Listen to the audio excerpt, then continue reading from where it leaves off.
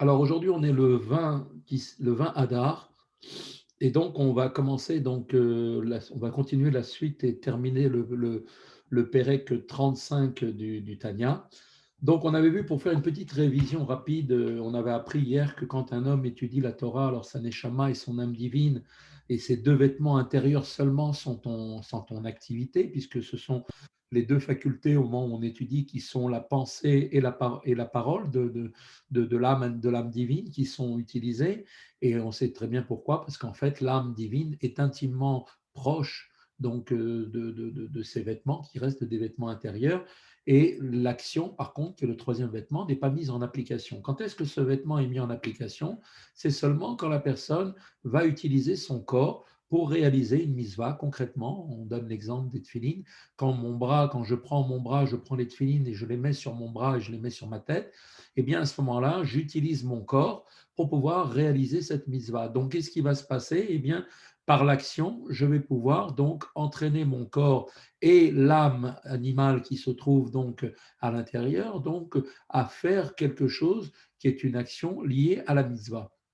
On a expliqué que grâce à cela, eh bien, il y a une transformation du corps et de l'âme animale, puisque en acceptant donc d'accomplir la mitzvah, eh bien, eux aussi se trouvent fondus dans la lumière infinie de Dieu qui réside dans les mitzvot, puisque dans les mitzvot, on avait expliqué que la seule chose dans ce monde qui permet donc d'obtenir la volonté de Dieu telle qu'elle est dans sa source, eh bien, elle a effectivement transité dans ce monde par l'intermédiaire des mitzvot. Et tels que les mitzvot sont ici-bas, représentant la volonté de Dieu qui s'habille en eux et la chorma, la sagesse de Dieu, eh bien, elles sont exactement telles qu'elles étaient en haut.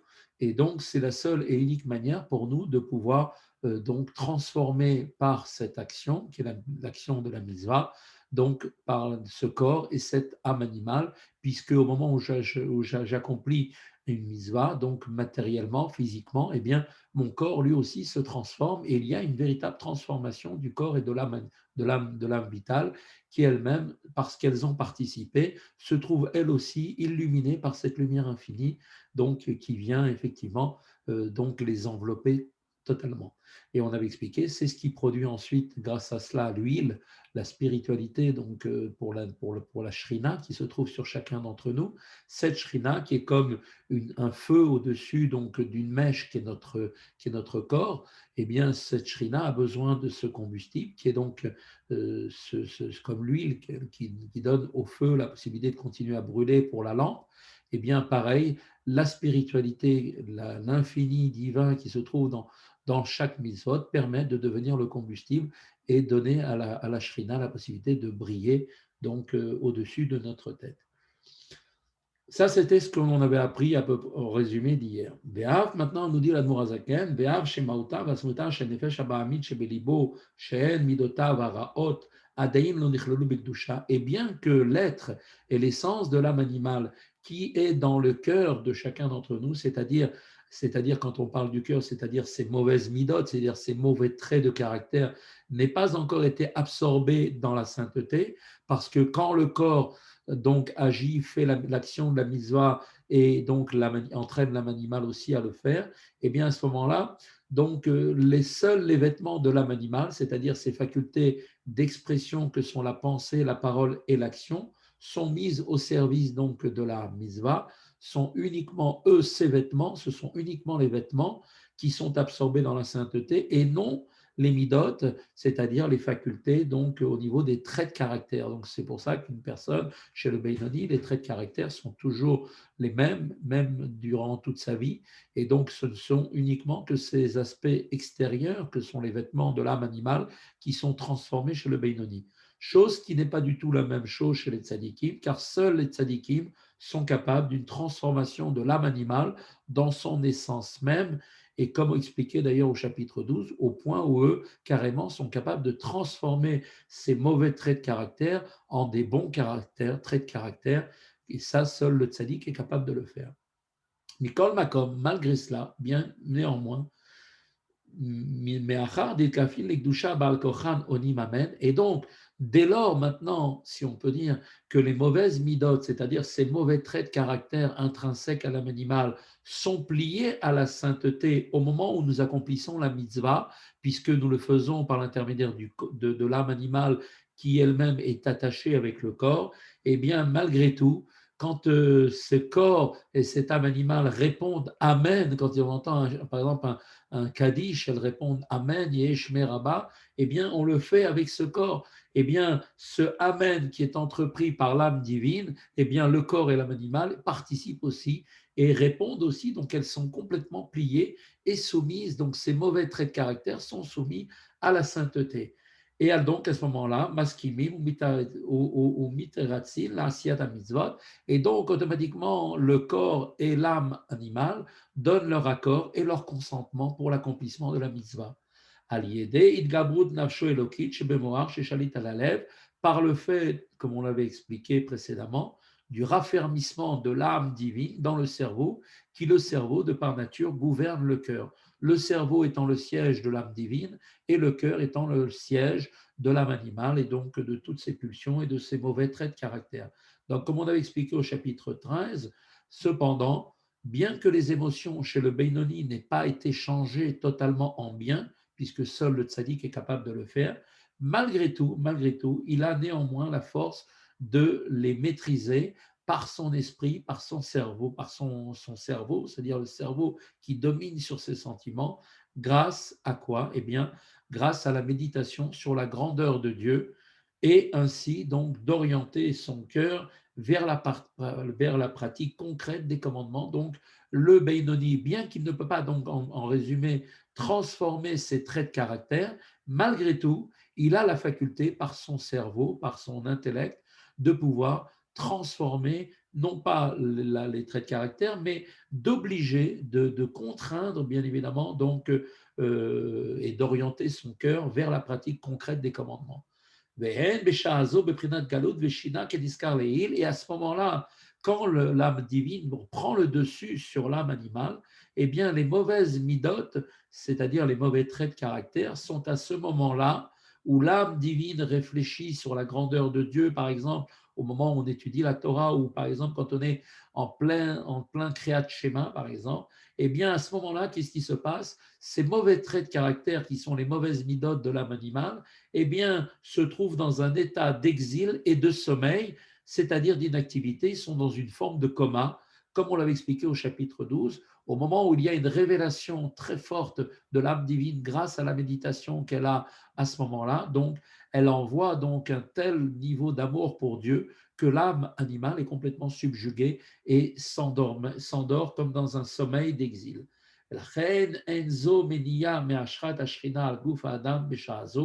Et c'est bien pour cela, que cela n'est pas du tout un empêchement à ce que la shrina repose sur le corps de la personne à ce moment-là. Donc le texte nous a décrit maintenant à présent comment la shrina repose sur le corps tout entier par l'intermédiaire d'une mitzvah. Donc on voit que la mitzvah, effectivement, il est vrai que c'est par l'intermédiaire donc de l'étude de la Torah qu'une personne peut effectivement donc obtenir cette méditation, cette force qui va donc subjuguer l'âme animale. Et même si l'action est réalisée par l'âme animale, eh bien, il n'en reste pas moins qu'à ce moment-là, la shrina, puisque le corps tout entier aussi participe avec l'âme animale, eh bien, la shrina repose sur le corps tout entier par le biais donc d'une mitzvah. Daïnou, c'est-à-dire chez Koach Nefesh Achiyunit Amilubeshet Beasiya Mitzvot, c'est-à-dire en fait que la force de l'âme vitale qui est revêtue dans l'accomplissement de la mitzvah, par exemple, la force de la main qui met les tefilines, eh bien, est complètement revêtue au moment de l'accomplissement de la mitzvah. Et donc, c'est une chose qu'on ne voit pas physiquement de nos yeux, mais en réalité, au moment où on accomplit une mitzvah par notre corps, puisque on le sait, il y a 248 mitzvot positives qui correspondent aux 248 membres du corps. Quand j'utilise un membre pour accomplir la mitzvah qui correspond à ce membre, eh bien, le membre lui-même est complètement, si on peut dire, complètement revêtu donc de la lumière infinie de Dieu correspondant à cette mitzvah. Et donc, l'âme vitale qui elle-même est revêtue dans le corps, eh bien, forcément, elle aussi est revêtue donc par l'accomplissement de la mitzvah.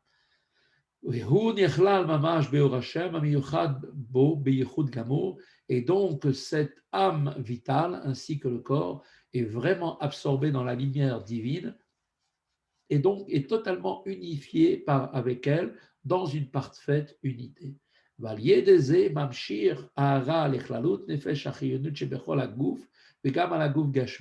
Et donc, automatiquement, par cela, la personne va attirer la lumière divine sur l'ensemble de l'âme vitale qui est dans tout le corps et aussi sur le corps matériel.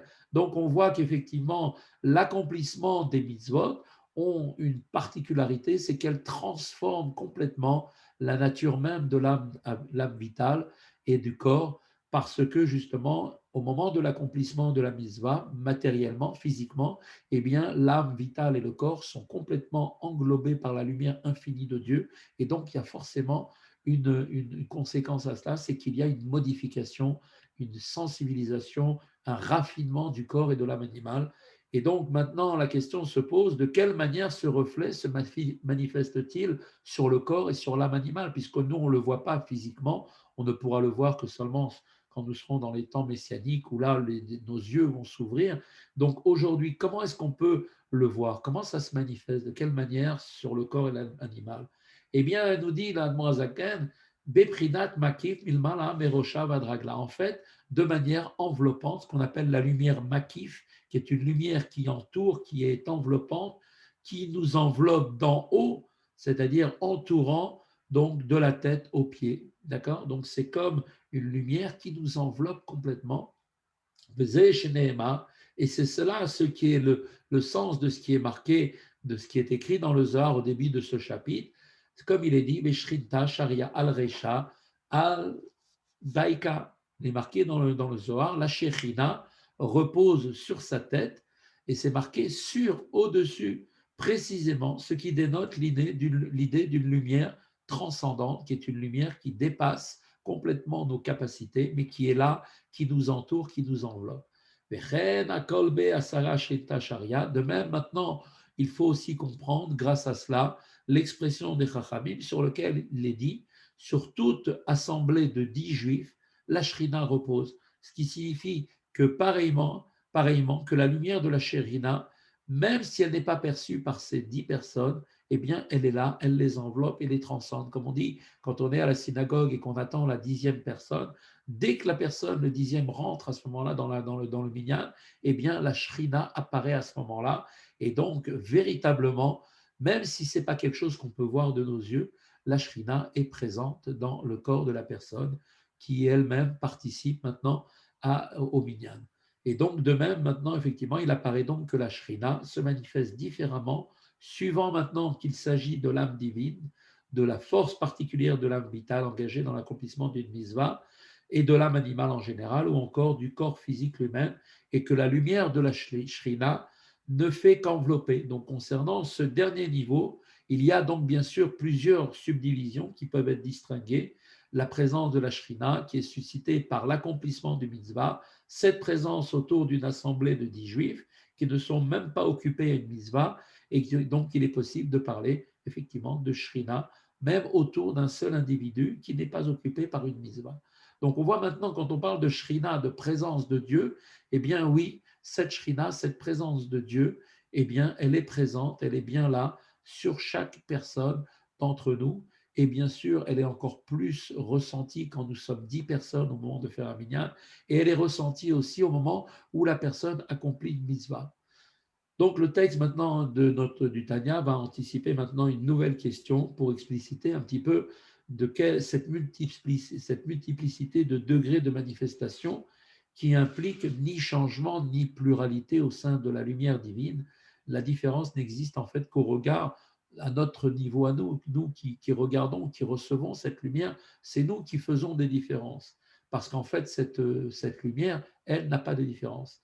Il y avait une fois, vous savez, on raconte dans le Talmud qu'il y avait une fois, je crois que c'est Antoninin, qui était donc l'ami de Rabbi, et on dit qu'il venait, c'était carrément presque converti, et il posait une question à Rabbi, il lui posait la question à Rabbi Yehuda Anassi, il lui demandait la chose suivante, il est dit dans la Torah que la Shrina se révèle dans tous les endroits. Alors, il a demandé, mais alors, vous avez plusieurs dieux, il y a combien de Shrina sur terre? Vous avez donc forcément plusieurs dieux. Qu'est-ce que Rabbi lui a expliqué? Il a dit non, il lui dit, tu vois le soleil? Il dit oui, tu vois le soleil, en fait, le soleil va rentrer à travers la fenêtre de chacun. Pourquoi? Parce que le soleil est au-dessus de tous. Et la lumière qui paraît dans chaque maison va être différente selon qu'on ait une petite fenêtre ou qu'on ait une grande fenêtre. Mais la dimension est la même pour chacun.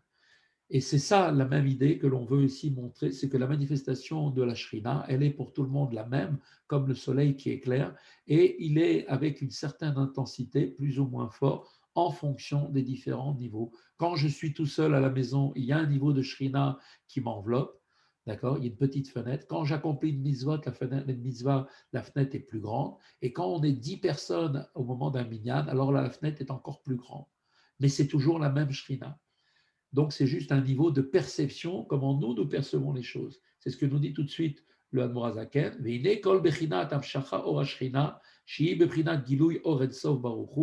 donc, à chaque forme de diffusion de la lumière de la Shrina, c'est-à-dire de la révélation de la lumière du Ensof,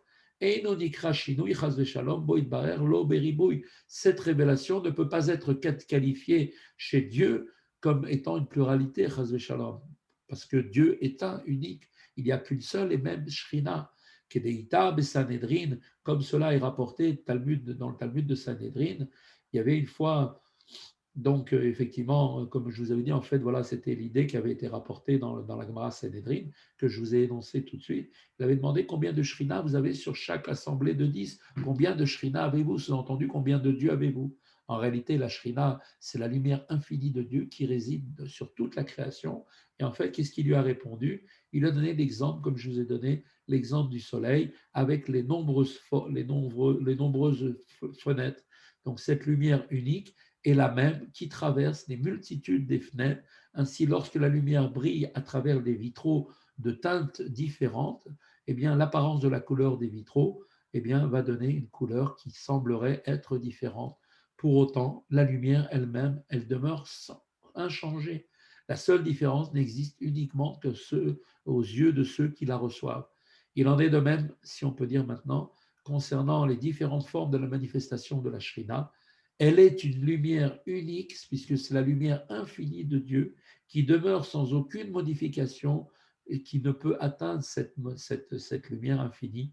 Et la différence, elle ne réside uniquement que de la manière dont elle est reçue ici-bas par chacun d'entre nous. Quand je suis seul à la maison et que j'ouvre un livre de Torah et que je commence à étudier la Torah, la Shrina est là, bien là pour moi. Alors c'est un rayonnement, j'ai fait une porte, j'ai ouvert une fenêtre qui laisse la possibilité à la Shrina de venir et de se révéler. Et j'ai un ressenti de la Shrina au moment où j'étudie la Torah. Quand j'accomplis une mitzvah, j'ai aussi la Shrina. Quand je mets mes tefilines, quand je mets mon talit à la maison. Mais si maintenant je le fais à la synagogue, la lumière de la fenêtre, elle est d'une grandeur extraordinaire. Ce qui fait qu'à ce moment-là, il y a un ressenti au moment de l'accomplissement quand on est 10.